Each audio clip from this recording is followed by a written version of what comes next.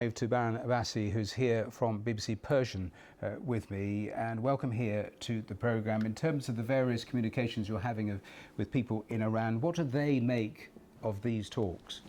Well, these talks are taking place in the wake of the most brutal crackdown on unarmed protesters in the history of the Islamic Republic.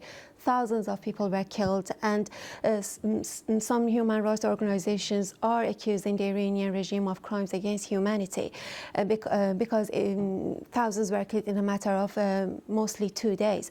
So a lot of those who took to the streets and they were calling for the downfall of the regime believe that they do not have a representative in these talks, and that after President Trump encouraged the Iranian protesters to keep turning out on the streets, to keep demonstrating, and he said that help was coming. Now they're sitting at a table with Iranian diplomats, and they believe that their voices are not being heard and that they've been forgotten, and that security concerns are being prioritized over human rights. It's very difficult to get a sort of broad assessment, but from the conversations you have, do people actually want the Americans to strike, to take military action?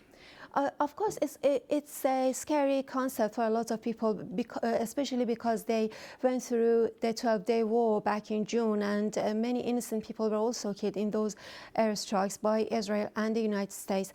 But the Iranian people, after the recent protests, a lot of them feel very desperate. They believe that the massacre of the protesters shows that this regime cannot be removed by the power of the people.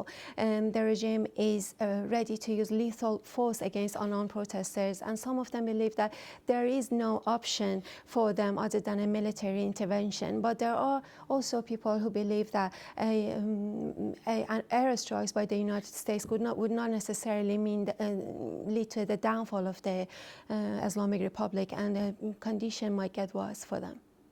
Baran, thanks very much.